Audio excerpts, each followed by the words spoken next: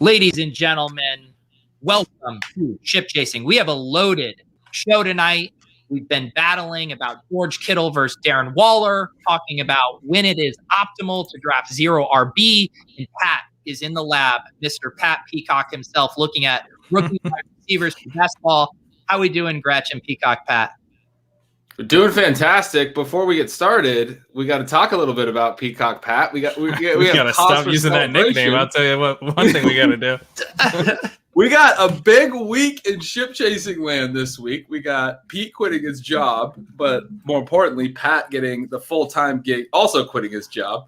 Well, I think Pete quitting his job is pretty big as well. Yeah, I mean, both of those are awesome. It's a little more exciting that Pat is going to get paid to do stuff, and I'm leaving a place that paid me to do stuff. But yes, I mean, Pat, you, from the bottom of my heart, and I'm sure Ben wants to convey, similar sentiments. You deserve this for a long time, and it's a long time coming, and we're all extremely excited to watch you get to do, full-time fantasy work. I appreciate that, man. Yeah. I mean, I do want to echo it because I thought you were going to go into like a thank you. I mean, all the people that helped you along the way, spiel. I don't know, but I can only be so sincere for so long, Gretch. I mean, you have been so sort of under the radar. I mean, obviously not, because ETR knew what they were doing and made you a big focus and their dynasty guy for a long time. But it's just really cool to see the recognition, and you're going to smash at NBC. I expect. For a really long time. We got, I mean, you're like the athletic grinder. You're such a perfect fit for this job too. Like you're already reading every beat report that's out there. I mean, there's going to be a few more Rojo blurbs than they're used to, but besides you'll definitely see some more Rojo blurbs than you're used to reading.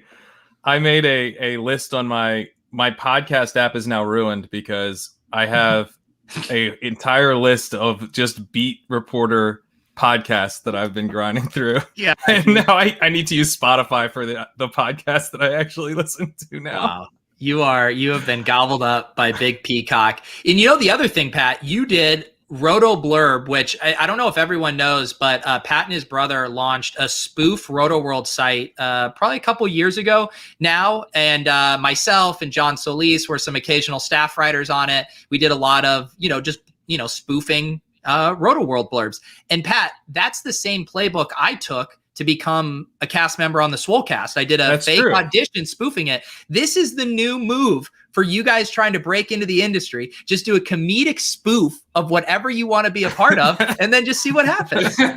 That's a great idea. Yeah, that's how I'll get all my future jobs. But yeah, I mean, you're actually underplaying your contribution to the site. You had like 90% of the funny blurbs on that site. Well, and there was I loved it. I was so it was such a good concept, and it's like that and the Fantasy Football Comedy Hour are two things I always think about, man. Like, I think we could bring those back in some form or the other. Just to clarify real quick here, Pat is going nowhere. This was part of his contract. I said, Pat, let me talk with Big Peacock over there. The Peacock guy got on the phone. I said, look, man, you can have this guy, but you ain't fucking touching ship chasing, buddy. And they said, all right. So that's how that went down. Yeah, I handled my own negotiation for the record. Pete just got the gun show out in the background. He was like, you aren't taking ship chasing from us. Yeah, ship chasing remains unchanged. Good to go. We're rolling with ship chasing. There we go. Yeah, we will be rolling. Definitely getting excited. I feel like every week I'm getting progressively more excited about fantasy football. It just I feel it in the air here with hot best ball summer right around the corner. Yeah, I watched some of the Swolecast today. You guys weren't really talking about NFTs. The only NFT talk was to talk about how you weren't talking about NFTs. Kitchen went from yeah, man, I'm just I'm fasting now. I'm fasting. So yeah. Ben, and maybe now's the time to apologize to Ben for our Top Shot brain earlier in the year. You stuck with us, and we've made it through. Oh, you guys got through that pretty quick, but yeah, there was some bumps back in February for sure. There were some bumps. Yeah, still never got back to the second half of that article, unfortunately. It's on my to-do list. That might have been my favorite episode of the offseason because I called you guys on it. I was like, you have no idea what you're talking about. You don't even remember this draft from last week. And Pat, you're like, you're absolutely right. Like you're like completely right. I have Top Shot Parade.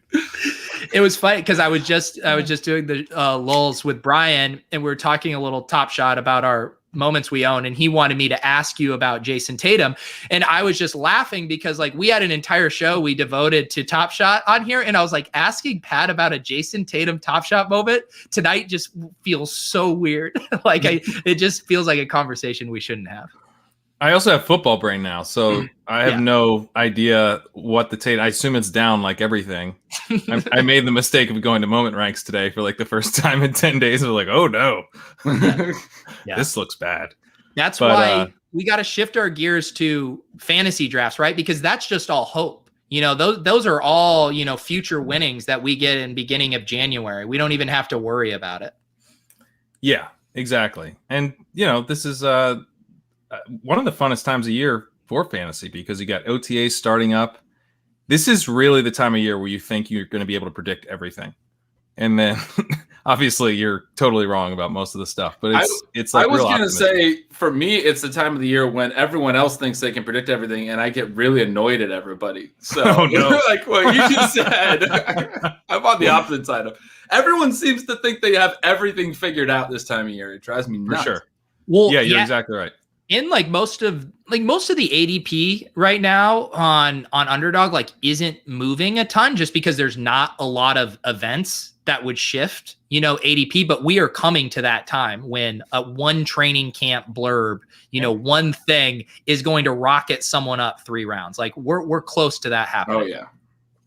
That's a tough time for me because I feel like we just toss out everything from the, you know, the previous part of the offseason based off of, you know, a couple training camp blurbs. And some of them are really important. Like you do see things like James Robinson and Myles Gaskin where we weren't paying attention to that stuff enough, but a lot of it is just noise. Yeah, sometimes you even talk to a guy in the backfield for the Dolphins and he tells you Myles Gaskin's the guy to your face and you don't internalize that. So yeah, that happens. Literally a player on the team, in the position room, in the team, the position meetings. Yeah. All right. Let's we already got the chat hankering for some Kittle versus Waller debate. And this was one that I've noticed happening on Twitter. I was doing a stream on Monday where Waller went, and it took me aback because I didn't know that was a thing. I've since learned that's a thing. Then I see the guy who I would trust with my firstborn child, Sean Siegel, take Waller over Kittle. And now my entire world is falling. Where are you guys at on team Kittle versus Waller in fantasy leagues? Ben, you go first. Yeah, well, I've been leaning Waller, but I'm on it's a really interesting debate topic right now. And like it's funny, in our discussion, I started taking kind of the Waller side when we were talking about it this week. Then I started to see some drafts and really noticing what that meant for where Kittle was falling. And like essentially, I think we all kind of agree they should be really close. And to me, by the end of our conversation, I was like, well, Kittle's the one that's going to wind up being way too much of a value. Like all 3 of these top tight ends are super, super valuable. They were the 2 that stayed healthy were very, very good last year. Kittle on a per game basis was still very good. But it is like, I would start this off by saying this is like the peak of projection season sort of hitting. Like, and I think projections in some ways, the ways that they're used a lot in the fantasy industry, they're kind of a scourge. But Waller is going to project better than Kittle. Kittle's an efficiency player. You always feel like you have to regress that. There's not enough volume to go around. He's the kind of guy that doesn't show up good in projections, often outperforms it because of efficiency. Waller's the sort of the flip where he doesn't have the target competition. He doesn't have a mobile quarterback, so it's easier to project his team for more volume. They're going to be behind, so it's easier to say they're going to throw. And it's easy to give him this big target share and then be really excited about the volume he's going to get. And that's, I think, what's driving this right now. That's interesting that, yeah, I'm sure that's right, that this is kind of where all the projections are really getting going and that's driving the ADP. I'm kind of on the Kittle side of it because I just think he's the best tight end in the league. And I think his offense just got better. I mean, he's got the situation now where even if Jimmy G wins the job, and plays most of the season as a starter, which I don't think will happen, but it's at least on the table. That is still an improvement for Kittle in terms of where the offense was last year because, Jimmy G was hurt. And presumably Jimmy G's playing very well if he's holding off Lance.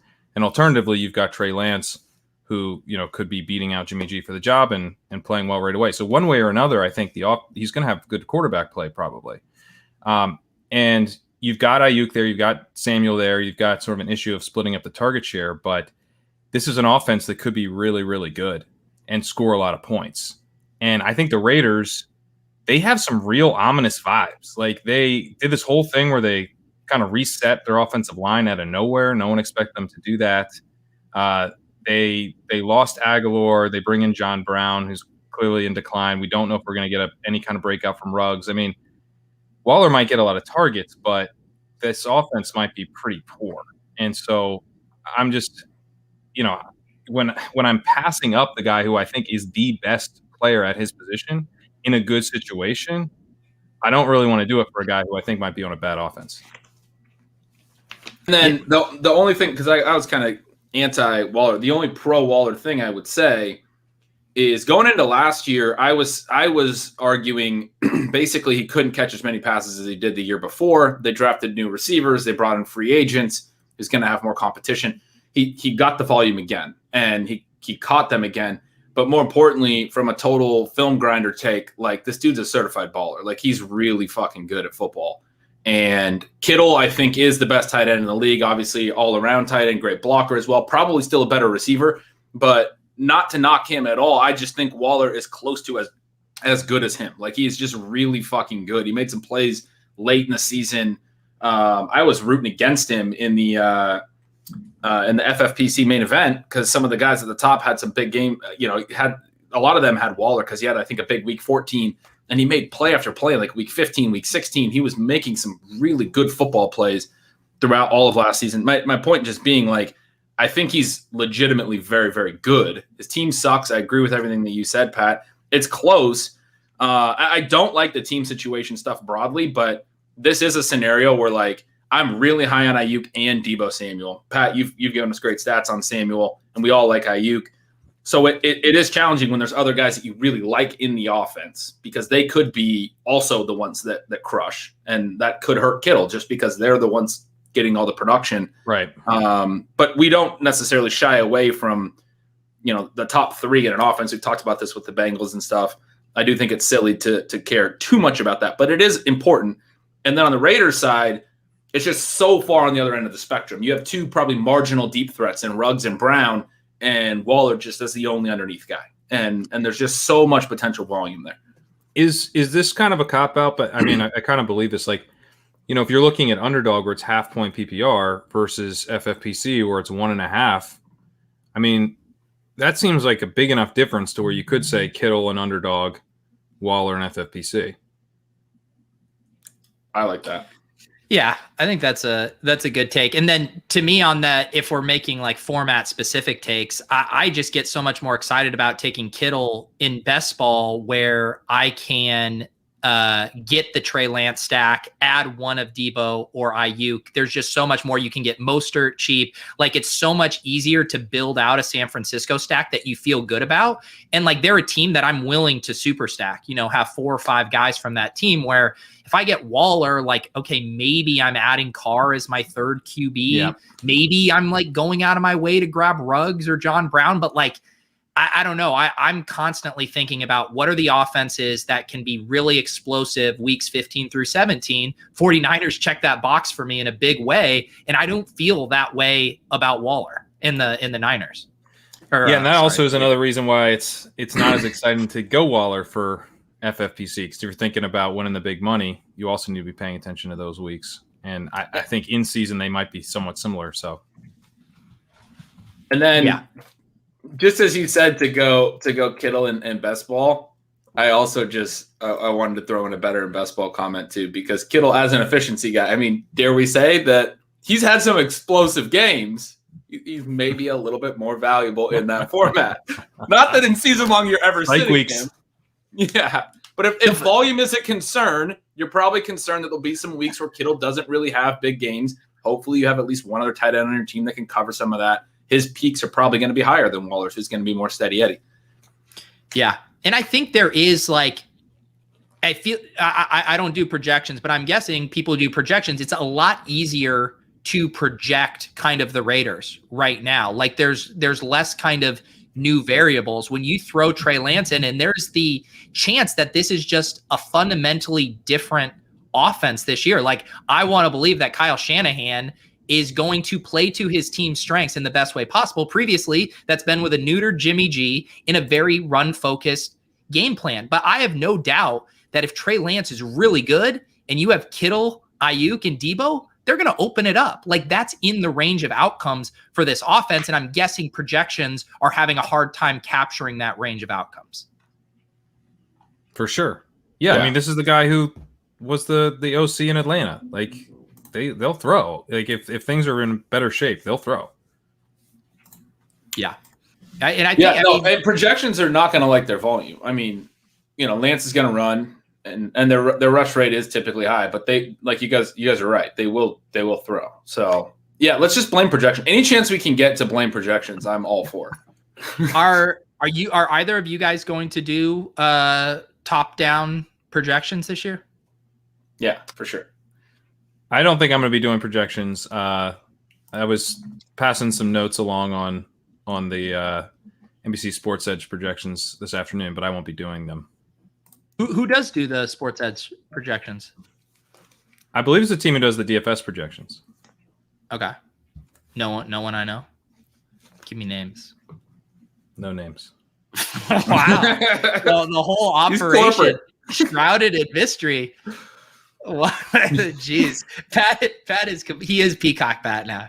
Wow, this is scary, man. That you've changed, dude. You've changed. Yeah. And again, I think ultimately too, it's very close. I was just legitimately surprised that Waller was kind of consensus over Kittle in so many drafts and so much I had seen. That surprised me that it actually seemed like it had tilted in the Waller direction, at least in the court of public opinion. Yeah, it surprised me a little bit too. Because it's like one of those things where you're like, yeah, these guys should be really close to each other, but obviously Kittle will go first, and then when they're really close to each other and Waller's going first, you're like, what? But, it's probably not that big of a deal. There was a draft where Eric Belair, I believe, I saw a screenshot. I believe he was showing a football guy's team where he had taken Waller and Kittle on the 1-2 turn. Yeah. And that's a little interesting to me. Like I could see there's this situation where, I mean, typically that's not been like a great strategy, but you could see, Kelsey's old enough where it's plausible he falls off a bit. We just saw Zach Ertz fall off quite a bit. So, I don't think it'll happen, but it's at least a possibility. And it could be a really gross year at tight end outside of that, depending on what happens with Pitts. But I mean, right there, you're like counting on a rookie to break out and be an elite tight end right away. I mean, there's not a ton of great options outside of Waller and Kittle. So if you get both of them in tight end premium, I don't know. I'm like it's maybe a little galaxy brain, but I'm a little intrigued. Oh, I love it. Those three guys are every year we talk about the tight end 4 to 6, 7 range. I mean, maybe every year since a couple years ago when it was Hunter Henry, Evan Ingram, and OJ Howard, and it was like, oh, these three young guys. These guys are going to be the next, great tight ends, and all of them got hurt or were crappy or whatever. That's where you don't want to be drafting tight ends is right after the elite tier. You don't, and like I've said all the things I could possibly say positively about Pitts, but like I probably won't take him a lot. I don't think you want to be paying that price a step down from these guys. These guys are legitimate producers. Those guys are, hopefully you get good tight end numbers, and you have to pay a really strong price to get there. Pay a lot. Yeah, and you can find that late every year. We got it last year with Logan Thomas. We got it last year with Robert Tonyan. Those guys were tight end 3 and 4 in PPR leagues. They were right there out of undrafted range. So the idea of paying for a tight end 4, 5, 6 in those 3rd, 4th, 5th, 6th, 7th rounds, no. But that makes the top 3 that much more valuable to me. Like they should all be gone by the middle of the 2nd round. I don't know how they're lasting to the 2nd and 3rd turn. It drives me nuts. Yeah, I'm the same way. I love my builds when I can get one of those top 3. And even if it is going a 0 RB build, and I mean, again, drafting out of the 1 slot is just such a huge advantage. I mean, you can, the start I just did the other day is you get McCaffrey, Kittle, and Metcalf. I mean, it's absurd. That's crazy. You shouldn't be able to do that from that spot, but that's what an advantage 101 is until we get, universal 3rd round reversal. Yeah. 101 in these best ball drafts. And we've seen what an advantage structurally it is to get the elite tight end. And, to be able to get the 101 and then get the structural build and then be able to pound wide receivers, through the running back dead zone because you already have the anchor running back. Like, it's just such a perfect setup. I mean, we said this last year. We also liked the 101 a lot last year, and Christian McCaffrey gets hurt and it's a disaster. So you do open yourself up to the injury risk, obviously, but that's it's a great year to be drafting 101 in best ball. And I'll just piggyback on that for a quick second in the sense that we talk about it theoretically, how it sets up so perfectly for the way we play. I'll just say my results have followed that a ton. 2 years ago, for whatever reason, I felt like I was getting all late picks, and I had a really hard time getting top 6 picks and getting into an elite running back and getting into that build. You're basically doing a similar build without an elite running back, or you have to make a choice to go to a weaker running back, and then you can have bust issues. And some of my teams weren't as explosive. Last year, for whatever reason, I got a ton of higher up picks. Both of my main event teams were pick 3 and got Kamara. And I built exactly that way. Got Diggs in the running back dead zone, and absolutely just built a monster, finishing the top 20 in the main event. Like it. I'll just say, like, as you're saying that, I was thinking my results have followed that so well. Like I just pray that I will get a top 5 pick in my most important leagues, because it makes it so easy to build the way that we want to build, and it's successful. The way that we want to build does work. Like, it's proven. Yeah, and if you want to talk about 0 running back, I mean, that's like one of the reasons why I think it is a very good strategy, because you're walking into the room and there's 5 or 6 guys who are absolutely stoked about their draft position because they can get an elite running back. They have this huge advantage over you. And like, your plan is to just like do a worse version of that build. Like you do have to mix it up and counter what they were given an advantage. So you got to figure out a counterpunch to that. I'm kind of psyched to do some like true 0 running back builds out of the 111, 112. So especially I was just if we can get 2 elite tight ends. That is that's true. You want to talk about a counterpunch, doing something different. Yeah. Well, I was just going to say too, like right now for drafters, that decision isn't even, limited to just getting a top 6 pick. Like Leone just posted a screenshot from his underdog draft where Joe Mixon and Austin Eckler are routinely available at the turn. And he put on Twitter, what would you do here? And everyone collectively was like, grab Eckler and Mixon. Like, people love that idea, especially with the hyper fragile stuff like that. Leone went Adams in Diggs, but just reading the replies, and that is already a self-selection of like sharp people reading that. Like, everyone is in love with getting those anchor running backs there. You're going to have extremely unique builds if you're grabbing the Tariq, Adams, Diggs combos, and maybe not taking on the risk of those guys not having the locked and loaded bell cow profile that we can get in the top 4 or whatever. Absolutely. Where are you guys at on that? Because it does seem like this year it is running back deeper in the first round this year than previously, or is it just a typical illusion where we're falling in love with some of these guys who we want to be bell cow backs that aren't? It feels deeper to me. I can't tell if it's an illusion or not. I like Cam Akers. I kind of am talking myself into Joe Mixon, but I was talking myself into Kenyon Drake a little bit last year. And then I kind of luckily talked myself out of him again. But I was going to give the same reply. I was going to say a little column A, a little column B. It feels deeper, but then I feel like I do this every year. Like exactly what you just said. And like, look what Amico just wrote. AJB Diggs. If I can start Stephon Diggs and A.J. Brown, I don't have to talk myself into those guys. Those guys are going to smash this year. Both of them are going to absolutely crush. Maybe Eckler and Mixon will. Maybe they won't. Go off, King. Well, I think especially in managed, I feel better about going with those wide receivers and trying out the true 0 running back build there. you can use the waiver wire. You know, you can figure out the week to week game at running back. You know, it's a little tougher in best ball. Part of me does just want to say, let me just grab Akers here. Let me just grab Mixon here and get one guy, and then I'll grab a tight end or grab a. Well, that's the other thing in this best ball. If you get dealt the 111, you're really reaching for Kittle or Waller, and so I feel like in those spots I'm going to be overweight on Andrews as I try to get like a 2 tight end type of build, and that I don't want to do that. I don't want to be like, you know, I don't want to have like that build just be super Andrews heavy, because then if Andrews isn't good, it's just going to tank my whole portfolio on the back end of the draft. But there's not many other tight ends that I like, so I don't know. It's just this tight end ADP is killing me. I want Kittle and Waller to be, you know, at 203, 204, not 211, 301.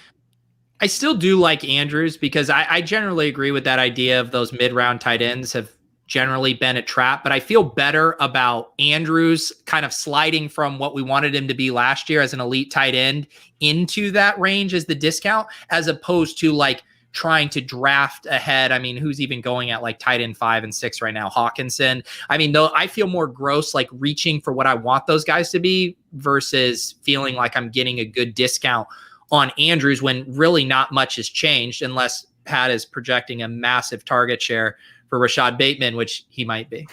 Well, I did want to talk about this rookie research that I've been doing, which kind of ties into Bateman. But do you want to talk a bit more about kind of the zero running back discussion first? Yeah, let's do that because I think it dovetails nicely as far as draft spot. We had our guy Kronz in the ship chasing Discord, which, by the way, having lots of fun in there. If you become a member to the channel, that link is down below. It's a join button. You can hop in, you get access to the Discord. You can get it all synced up with your YouTube settings and you'll be good to go. But he was asking in the Discord if there's an ideal time to do zero RB, you know, earlier in the season when we have less information versus later in the year. And kind of my take and what we've kind of figured out just from playing over the years is that there's pros and cons both ways. And I think we can lay some of those out. But do either of you guys have an overarching take on that? Go ahead. Well, I was going to say in the Discord, I do feel like it's better to draft early for zero running back. I think partly just because it's more comfortable to do it. Maybe I don't know if it's better, but it's more comfortable because you can get like running backs in round 7 that you feel good about. We got Rojo there last year. You know, he's going 6th and 5th. Later on, you get Zach Moss in like round 10. We got Boston Scott in round 11 or 12, which, you know, those guys like weren't ultimately that great of picks, but you feel like, oh, I'm able to get guys that I want later, where typically in FFPC, by the time you get into September, if there's any buzz at all on those types of guys, they'll go up into round 7 and 8. And so you don't want to chase them there. You don't want to do the same type of build where you're doing like no running backs through 6 rounds or through 7 rounds and then start taking the running backs. That works really well in the early summer. It doesn't tend to work as well in the late summer because the ADPs have gotten a little frothy for some of those, you know, late single round digit running backs. So I think though, if you're willing to go no running backs through like 9, 10 rounds, then zero running back can still be quite effective that late into the summer, but it does kind of box you out of some of the more comfortable zero running back builds. Yeah, and I think there might be a bit of a sweet spot in there too, where being like, you know, I think of the calendar, you know, based on kind of like the FFPC main event schedule. So, you know, you start with the slow drafts in July, really good time to do zero RB there. Like Pat was saying, if you have conviction on some of these rookie prospects or on some players in these backfields, you get to the day of draft weekend in Vegas, every single running back is just completely moved up. All of, as Pat has said, the FFPC drafters want to flex run backs. I always reference the Darwin Thompson, Justice Hill year, those guys going in the 8th round. I think the sweet spot might be when the main event online drafts, non-slow drafts open up, you know, mid to late August, where you're reading the tea leaves from preseason in that stuff, but it's not like this full-on consensus has necessarily formed. That's just, I could be wrong. It might be a little anecdotal, but just that kind of feels like the sweet spot for kind of getting to do 0 RB and still getting some of your targets. But I could be wrong. My initial, I like both your points. My initial reaction, and I wasn't paying attention to this in the Discord, so I'm kind of just reacting now. My initial reaction was like, it is useful to know running back depth charts a little bit more and know what bets you're making, because earlier in the offseason, it can be challenging in the later rounds to find the running backs that will be 12th or 13th or 14th rounders that you want to make a bet on later. It's a lot easier to do that in August. But you guys are right. It does get pricier for the best options. And there are guys like earlier on, someone still needs to explain to me why Devin Singletary goes in like the 14th round in some of these drafts. Like this dude was their starting running back most of last year. Like there are guys like that right now. He's going to move up when people start doing projections. You're right. Yeah, he will. But like there's guys like that right now that are just stupid and they're easy 0 RB targets. He doesn't have to get the high value touches to be a value there especially in best ball. Like he's going to get 10 to 12 touches a game. Like he did all last year at 150 carries again, efficient again. I was just looking at his page earlier today, 4.8 career yards per carry. He's not been great in the passing game, but he's an explosive player too. He's not just like a your run of the mill plotter. He can break off some big plays for you. Easy pick right now in best ball. I think if you're doing 0 RB and you're looking for running back points in the double digit rounds. So there's guys like that, but later you feel more comfortable with sort of the depth charts, and some of that consensus can work in your favor because people get so excited about certain starters or whatever. They get too confident in projections, too confident in, who's going to be the lead back in certain backfields that guys fly under the radar. That doesn't mean like James Robinson and Gaskin, we talked about earlier, they weren't really late round picks even in August drafts. They were, Robinson became one, Gaskin not really at all. He was mostly just a waiver guy.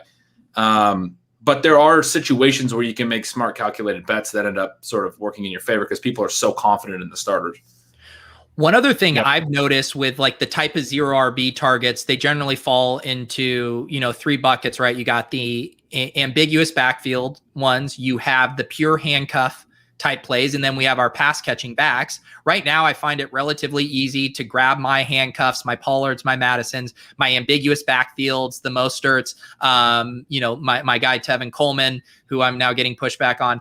But then the third, the pass catching backs, I've been having a hard time finding a lot of those guys this year. Like I like Nyheim Hines, I see JD McKissick there, but I'm having a hard time finding that like guy I know is just going to catch 5 or 6 balls a game and give me that floor. Yeah, I'm with you. I don't know about 5 or 6 balls, but I think Daryl Henderson is a bit underrated. Like he's slotting into, I think, a Malcolm Brown type of role. Like he'll probably be their third down guy, and he could also get a little bit of usage around the goal line. He's also going to be the clear change of pace guy.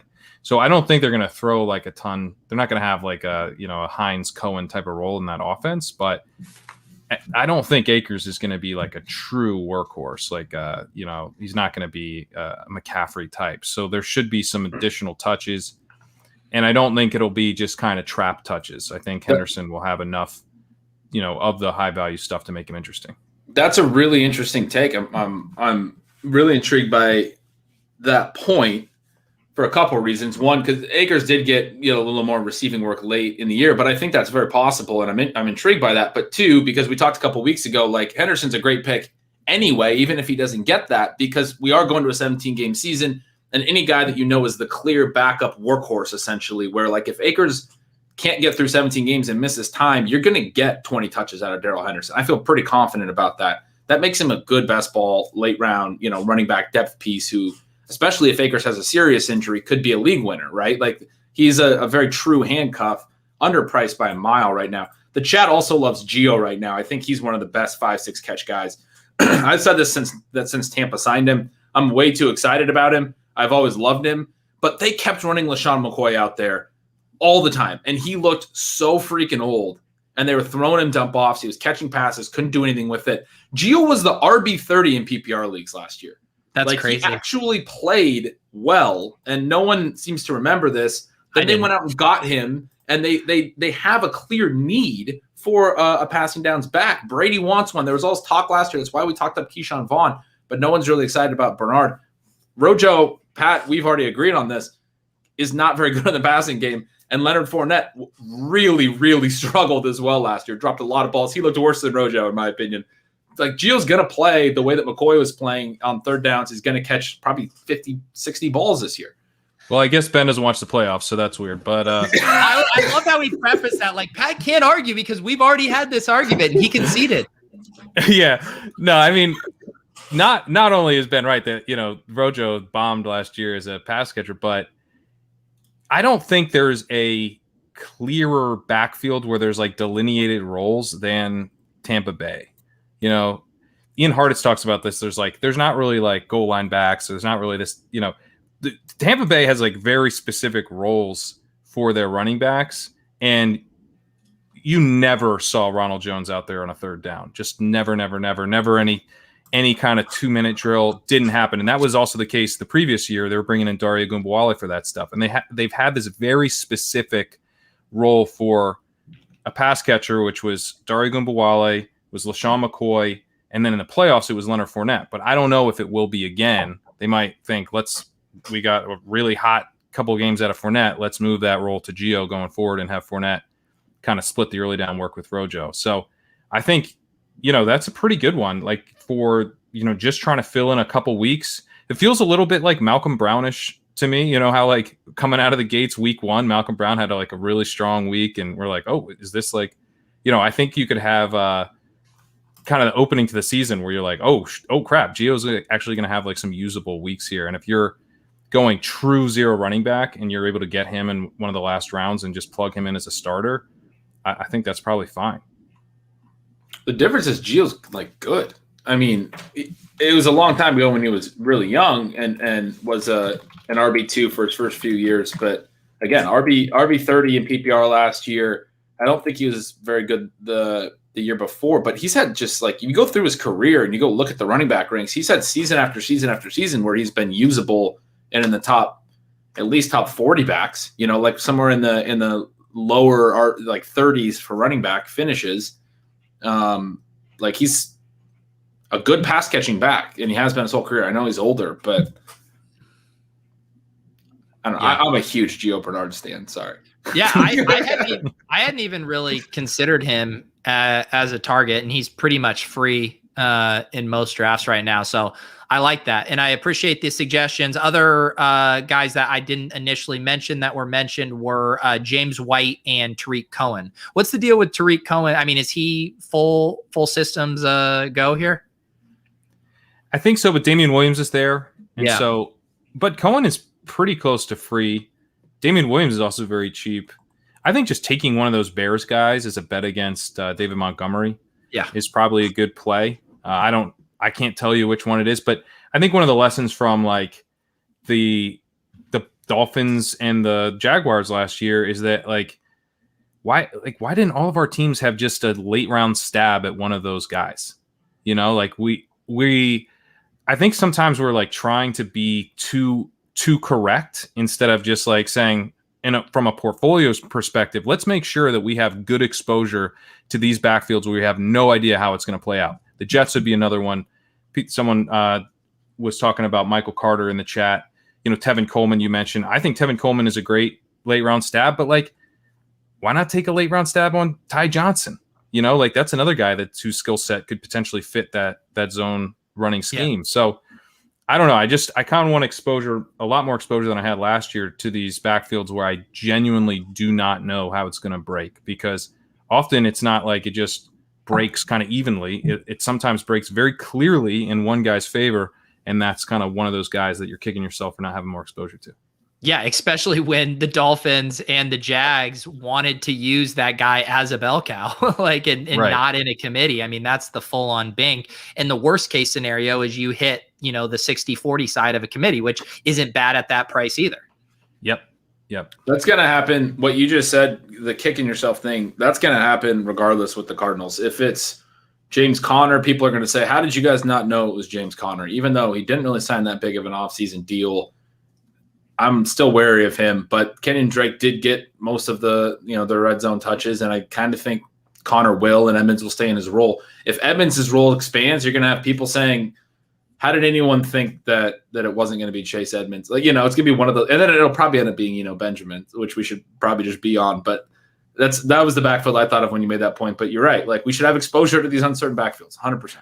I love the, I saw our buddy over at RotoViz, Michael Dubner, did a little thread about Eno Benjamin today. I can actually pull that up because to kind of that point, the Cardinals backfield might be a little more ambiguous than people want to give it, credit to here.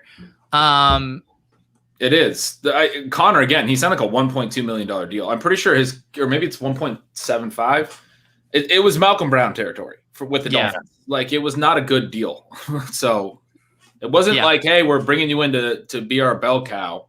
And maybe it's just the price they were able to get him at, but it is ambiguous, I think. And I like his takeaway here. In late rounds, we shouldn't necessarily be drafting based on median projections. We actually don't want players in defined roles. If anything, I'd prefer a low median projection with an ill-defined role, ambiguous situation, since these lead to the wider range of outcomes, which is kind of these exact kind of situations we're describing here.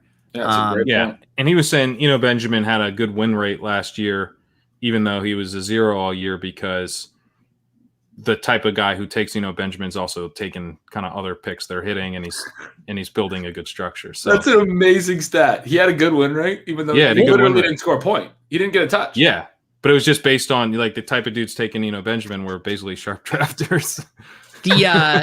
Leone was talking about that with the 0 RB data that he was looking at from last year that had extremely good win rates, and was it self-selecting in that people who are willing to do 0 RB are generally just sharper drafters. And so is the signal just more, this is a smarter cohort than 0 RB itself being a dominant strategy, which I'm sure it's a little bit of both, but that's an interesting way to think about that stuff. It is. And also, like, last year you were really swimming upstream you're swimming upstream last year with 0 running back, given the running back ADPs overall, but particularly in best ball, where you had Leone, who's a 0 running back guy and managed, kind of arguing against the strategy. I thought he made some good points, but the 0 running back community was basically split on whether or not it should even be done in underdog. And so that, you had probably even better options to choose from. If you're a 0 running back drafter, you're able to swim against the grain of the ADP, which helps you with that strategy. Yeah. I have a question for you guys on Eno, because this is a point here. I don't think he was active on game days. I've kind of been spinning that positively in my head, because I've been sort of floating that, like, we want to be on Eno again this year, in the sense that he was a 7th round pick, and if they really didn't like him, they would have just cut him and move on, right? But, like, even though they didn't have a role for him, their backs mostly stayed healthy. They had Drake and Edmonds and presumably, like, I don't even know who their third back was last year, but presumably a better special teams player as their third active guy, because a lot of times the third back is just purely who can contribute more on special teams on game days. They still kept him around as a part of their broader roster and just made him inactive every week, and they still have him on the roster now. Isn't that sort of a decent sign? Like, that's what we saw from Gaskin as a 7th round pick, almost similarly in his first year. And then in his second year, they're like, hey, we kept you around for a reason. We're going to use you now. I'm not saying Eno's going to be the week 1 starter, but it feels a little bit like that. Yeah, it's a good point. And you've got Chase Edmonds as a free agent after the year. They don't have anything tied to James Conner. So, like, if this guy's flashing in practice, he's actually the one signed long term. So, why not see what you have? Yeah. Michael says, I think we're wish casting. I think the point is not saying Eno Benjamin's this locked in thing, but just saying that there is maybe more ambiguity to this backfield than we want to admit. I want to talk briefly about Atlanta as well, because you've got, Derrick Henry is obviously an absolute fantasy star right now, but he wasn't getting like the true kind of workhorse snaps that you see from some of these other guys, like, McCaffrey or Saquon. There were opportunities for other guys to be on the field. They generally weren't using those guys a ton, but, nevertheless, Derrick Henry was not getting like 85, 90% of the snaps. with Mike Davis, if he's in a similar setup, where he's getting 65 to 70, 75, let's say, percent of the snaps, Javian Hawkins becomes interesting as a guy who could just be getting on the field. And we don't have the confidence in Mike Davis like we do in Derrick Henry. Like, if Mike Davis slows down like he did at the end of last year, you could start to see Javian Hawkins just looking better when he's getting those snaps and having a chance to outplay Davis. So I think, Davis is sort of being treated like he's kind of the clear guy in week one. I think he definitely will be, but there's just going to be, I think, kind of a feeling out period in Atlanta, and Hawkins is pretty interesting as a guy who could kind of emerge as the season goes on. Totally agree. He's my biggest regret from rookie drafts. I didn't get him anywhere, and I had chances in like the 4th and 5th rounds of some of these super flex ones where he was going really late. And I was telling there was a point floating that he's not really an Arthur Smith back. He's not big enough. Mike Davis fits what Arthur Smith wants a lot more. I think I bought into that too much, basically, because I that's probably valid to some very small degree, but it's the type of thing that, especially at the cost I was talking about, a rookie draft in the 4th or the 5th round, this guy's probably going to get snaps and get touches, and has a pretty interesting profile. To your point, he's undersized, but he's an interesting guy for sure. And he's got that kind of Philip Lindsay like work. He's same profile as Enos Benjamin. He's got the workhorse. The backfield dominator rating, Blair Andrews metric, where he's just getting all of his college's backfield work, which has been predictive for some of these super late round undrafted guys. Yeah, and as much as I prefer Gaskin over Mike Davis in that range in drafts, I do think there's similar uncertainty there, and that you should be taking stabs on Javian Hawkins, on Savon Ahmed, because I just don't think I wouldn't be surprised at all if we came out of week one and Ahmed is getting, 15 touches. Like, that shouldn't be shocking to us. And yet we're drafting as if that would be shocking to us. Yep, I agree with you. I mean, Ahmed looked good last year. He did. And Gaskin, I was sort of workshopping a take that I don't think is really a good take necessarily, but he might be a fairly clear sell in Dynasty right now, because the reason I say it might not be a good take is, Pat, you'd know the valuations a lot better than I would. He's not really valued that highly, frankly, and so in some cases you could say he's a value relative to his projected workload. But the likelihood that he gets a long career as a starter seems very, very low. Teams just don't commit to draft capital continues to matter, and we saw that they were rumored to draft Javonte Williams, and the Broncos moved up to pick him. So that, it could easily be Ahmed. It could be whoever they think is the freshest or the most ready at the start of 2021. I'm really curious about you guys' take on San Fran to this point, because we now know Jeff Wilson's out of the picture. How are you guys playing that?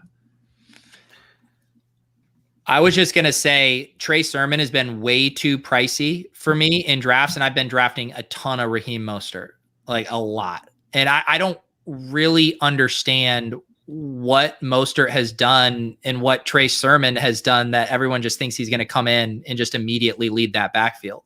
But that's kind of how he's being drafted. So I still love Mostert. I don't mind taking flyers on those other guys late, if you want to sprinkle in now a Gallman or a Hasty or whatever late. But to me, Mostert still seems like the play. Dude, I think I may have ruined you, because isn't Mostert exactly just the Ronald Jones move? Like, that's it's just like a better version of Ronald Jones last year. Yeah, it's like you're going for the guy who's shown that he can be an efficient rusher. People are just like, we're ready to move on. There's a new guy. This guy's, we're done with him. And it's like, he's probably their lead back. So I'm all in for Mostert too. And then the other guys are kind of interesting. Elijah Mitchell is a dude I was taking stabs on late in rookie drafts, just because he's got sub 4.4 speed, decent size, seems to fit this system pretty well. But I was also looking today. David Zach had a thread on kind of some advanced rushing stats, and Wayne Gallman came out pretty well, like weirdly well. And he was pretty good last year. Yeah, like I just kind of I think I just have a bias against Wayne Gallman.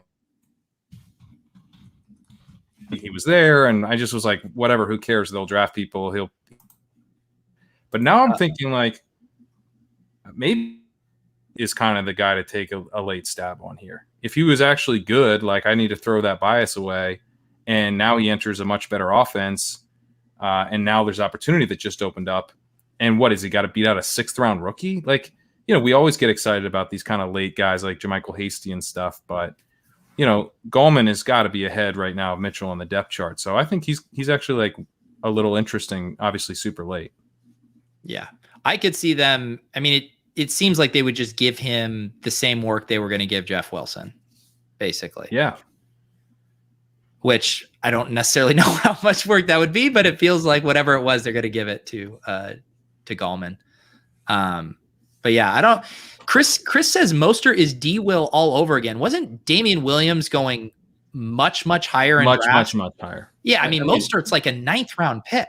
Like, what D-Will? D'Angelo Williams, who was awesome at like 30 years old. Like I think he means the Damian Williams, that hyped up year. But that he was going like 4th, 5th round, and even higher. Like 2nd round. I don't. yeah. It's pretty. I mean, Mostert's price is crazy because I think Mostert, like I might in a vacuum like prefer him over Mike Davis, and I think there's like 4 rounds of ADP difference on that. I don't know. It's crazy. Yeah, no, I'm kind of into that. Mike Davis feels like the one where the projections might just win. Like I don't know. Like Javian Hawkins, I think makes sense late too. But like somebody has to play running back for this team. Who else do they have? Are they going to use Roger Allison? But like I don't know if Zach Moss and Devin Singletary were combined into one person. Like if like Zach Moss retired tomorrow, where would you take Devin Singletary? Would he go above Mike Davis? Like there's certain backfields that you're just not that excited about the running back. Period. And if you have to take him in the dead zone, it's not going to be that exciting. Yeah, that's a good point. The other thing too about like Mike Davis, it's like, well, who else are they going to play? We saw this unfold with the Panthers last year, and they did start to use Curtis Samuel. They did start to give Alexander Arma touches in his kind of initial burst of full-blown workload there that we got, in the middle of the season. That started to trickle off at the end of the season. And I know because Leone and I kept playing him as a bell cow running back in DFS, chasing the dragon of those first 4 weeks. So I just have that all playing out in my head of like, I don't see him maintaining a bell cow status for the length of the season. It's also like the clearest, as you guys were saying this as well. You guys successfully talked me off whatever minor Mike Davis excitement I had. There's also every year the August acquisitions. It was Leonard Fournette to Tampa last year. It was McCoy to the Chiefs the year before. Hyde has done it like 7 times.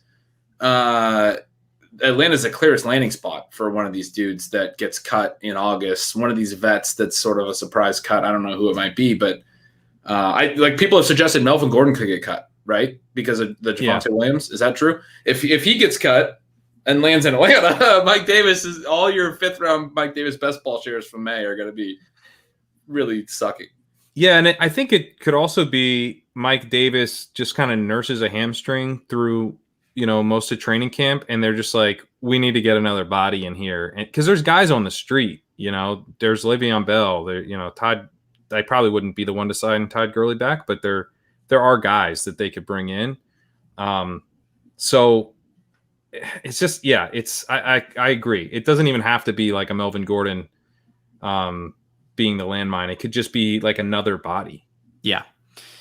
Yeah. And I mean, I get it. Like if you are going with a 0 RB build and you're trying to lock in some of those touches at the start, but if I do draft Mike Davis, which I haven't, I would be like really swinging for the fences with some of my other picks, just knowing that come weeks 15 through 17, the money weeks, I don't want to be relying on Mike Davis then, but I might be okay relying on him weeks 1 through 5 to keep me in the mix. Right. So we're basically saying he doesn't actually have the upside that you'd hope for, but he does have this significant downside that any running back has, where he could lose all his work. He's literally just propped up by projected volume. He's the quintessential dead zone back in that sense. He's a quintessential dead zone back. And there's so much opportunity cost because you're passing on awesome wide receivers in that range that actually are going to score a bunch of points. Like, there's wide receivers in that range that are going to score a ton of points this year, and they're going to do it in the playoffs too. Yep. It's worst pick of the draft. Who even ever liked this? Like, it's the classic thing of everyone. It loves to project volume, and on paper right now, Mike Davis looks like a smash volume play. Like, I get it, but I just think there's so much other randomness and variables that are going to come into play with that. We're moving along here, Pat. I do want to dive into some of your rookie analysis. Is this an article you're working on for Big Peacock? Yeah, Big Peacock. This is Did you change your name? You changed your name back. I thought we had subtly had a little sparring match here. Did you miss? I had it as use promo code Pete for about 15 minutes. I completely missed it. I was just looking right into your beautiful eyes. Did you catch that? I didn't either. Did anyone in the chat catch that? Was that just a little joke I made with myself? We all are just amusing ourselves here. Pete changed to Peacock Pat. I changed to use promo code Pete, and now it's Pat. So, so what's this article you're working on? Who's it for? Yeah, it's for Big Peacock, but the article is on rookie wide receivers in best ball, and a couple things jumped out to me as I was working on this article that I think are pretty interesting. So, the first thing is that I looked at by each year, how many wide receivers are finishing top 30 in best ball win rate. Rookie wide receivers had the most finishes in the top 30 in best ball win rate in the last 4 years. Second year wide receivers were actually third, which I assumed they'd be the most. Fifth year wide receivers were second. If you look at top 20, rookies again finished with the most. Second year wide receivers and fifth year wide receivers are tied. And then if you look at top 5, like the true league winners, rookie wide receivers are tied with second year wide receivers.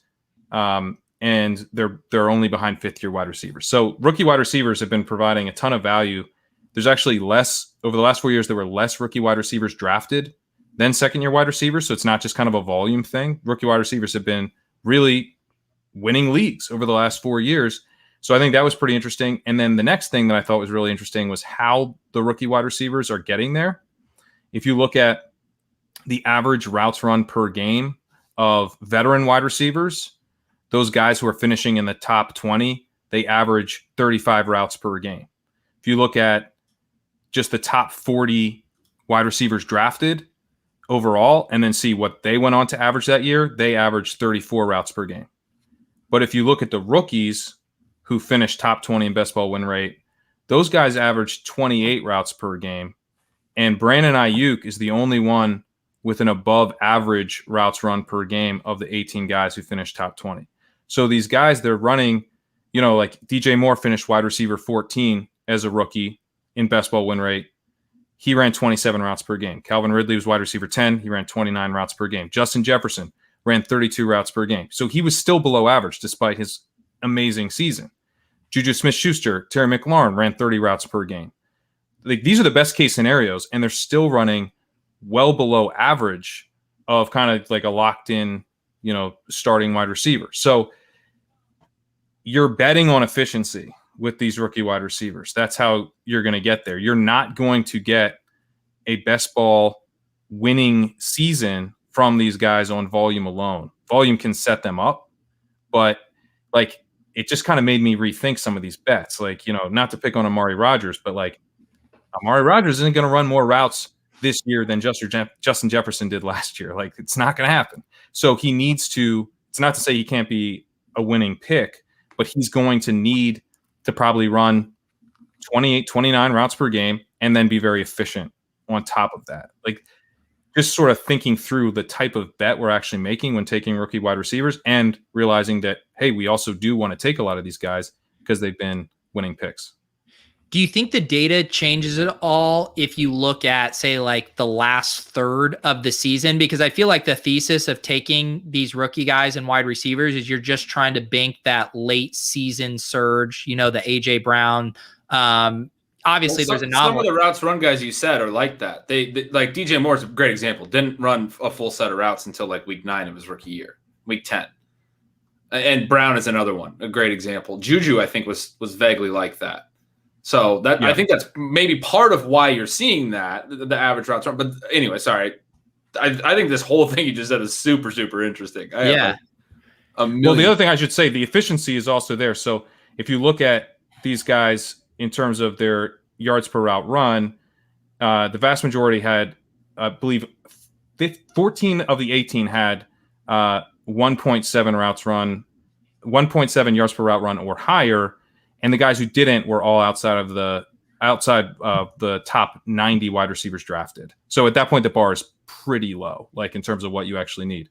But, like even guys like Hunter Renfrow, who kind of came out of nowhere, had a role bigger than we expected. He finished as wide receiver 8 that year in best ball win rate. He had a yards per route run over 2. So it was actually the efficiency that he knocked out of the park that really got you there.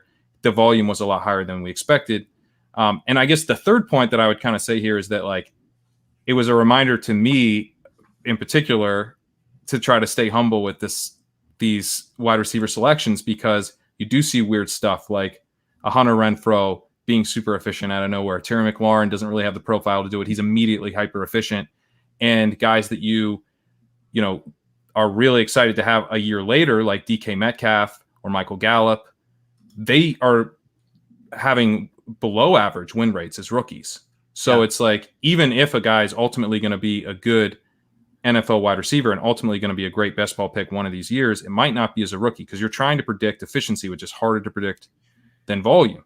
Some of the guys you said, and when you were like, we were just talking about sort of the routes and the data, but I think your application of it is awesome. First of all, like, I just want to say that because I haven't heard any of this yet. The efficiency thing and how to target which receivers we want to target and all that. I think it's awesome. But some of the names you said got me wondering, like, why are these dudes efficient? Calvin Ridley, as a rookie, got to work off of Julio Jones. Justin Jefferson worked off Adam Thielen.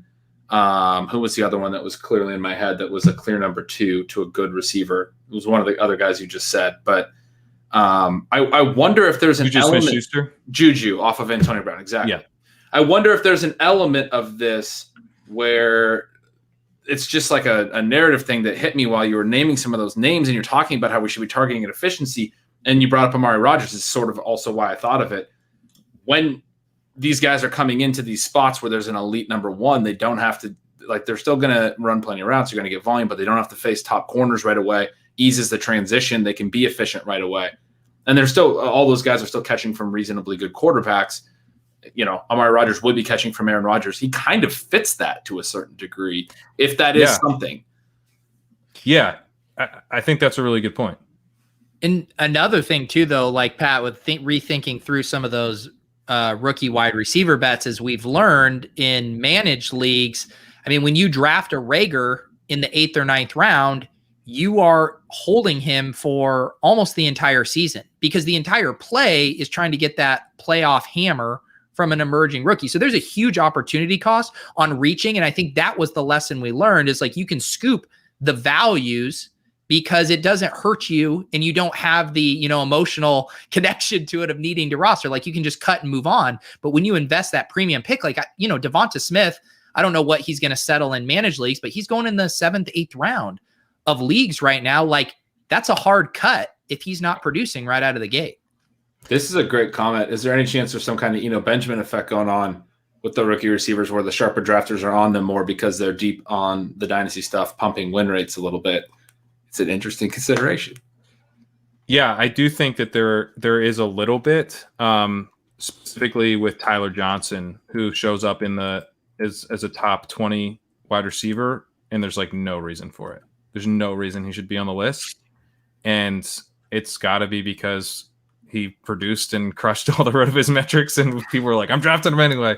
So he was probably on some really good teams. So yeah, there's win rates are always going to be a little bit noisy that way, but I think when you know, the guys like Justin Jefferson, DJ Moore, Calvin Ridley, like they had awesome seasons right out of the gate. They delivered a lot of value to their teams, and they weren't that expensive. They, you know, these guys are going like wide receiver 50, wide receiver 60, or even later. So you're getting a chance to get a guy who's going to have a lot of valuable weeks for you at a really decent price tag. To Pete's point on Devonta Smith, you know, the more expensive it gets, the harder, you know, it is to take those guys and hold them through the year. I think like, you know, some of these guys going later are probably in the sweet spot. So, you know, I like Rashad Bateman. I think he's going to get probably enough routes. Although, as I was looking at it, Rashad Bateman is probably getting to like 24, 25 routes a game, I think. And so he's actually starting to backpedal. This is all about Rashad Bateman, all the route stuff. It's because Rashad Bateman's in a low volume offense. I didn't realize that until that moment. This well, hang on. A pro Rashad Bateman segment, isn't it? Let me get through it. Because I think with Rashad Bateman as a rookie, if you're betting on him, he's gonna have to have like above 2 yards per route run. So the path to him, I think, is a little bit thin. Where the guy that really jumped out to me is like the clear priority target is Rondale Moore. Because Rondale Moore is in an offense where Larry Fitzgerald just ran 34 routes a game. If you look at Andy Isabella and Keyshawn Johnson, kind of like the amalgam of that guy who was sort of the wide receiver 4, they ran 33 routes a game average. So you have a situation where even if AJ Green's playing full-time on the outside, which God help us, but he might, Christian Kirk kicks into the slot, you're still going to have a decent amount of routes for Rondale Moore. I think he could see 27, 29, maybe even 30 routes per game. And he's in a situation where he could be hyper efficient. I mean, he's yards after the catch guy. That point you made, Ben, about the number one wide receiver, I mean, that's clearly in place for him. Offenses cannot take him away. I think Rondale Moore is sort of set up as like the prototypical guy from this research that I did of, he kind of checks every box. And the other thing that I was looking at is like a lot of these guys, you know, you do want to take into account the production profile to some extent, be a little bit looser with it. But generally the guys who broke out, they did have a breakout season in college. 93% of the guys drafted in the first 3 rounds had a breakout season in college, and 83% of them overall.